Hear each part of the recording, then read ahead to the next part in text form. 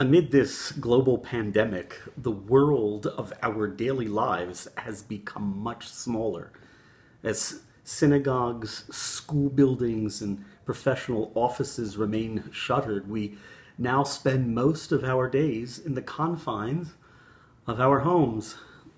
The radius of human activity has been drastically reduced for us all.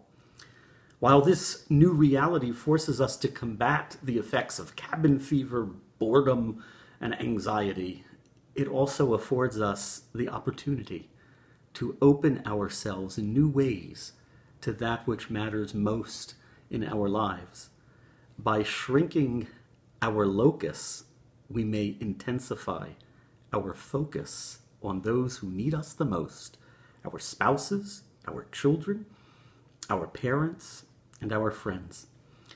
The shrinkage of physical space that we are experiencing today is mirrored in the scribal tradition that we see in this week's Torah portion, Vayikra.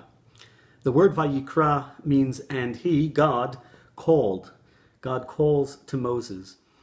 And the last letter of that word, the Aleph, is what scribes call a minuscule.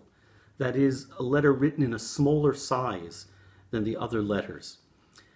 The Kabbalists, the mystics in our tradition, taught that Aleph, which is also the first letter of Ani, I, stands for the ego.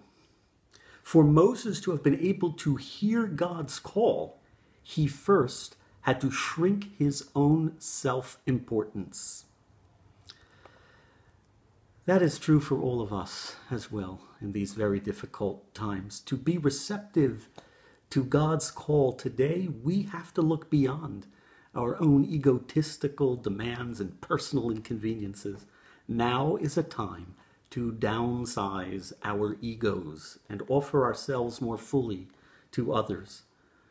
A friendly phone call to check in on someone who is isolated, a kind email of gratitude to teachers or co-workers who are doing the best they can under exasperatingly difficult circumstances, or a virtual hug sent to an old friend, are small gestures that allow us to amplify the voice of God in our ailing world.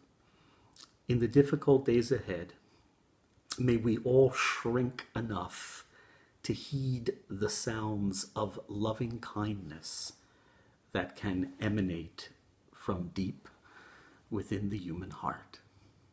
Shabbat Shalom.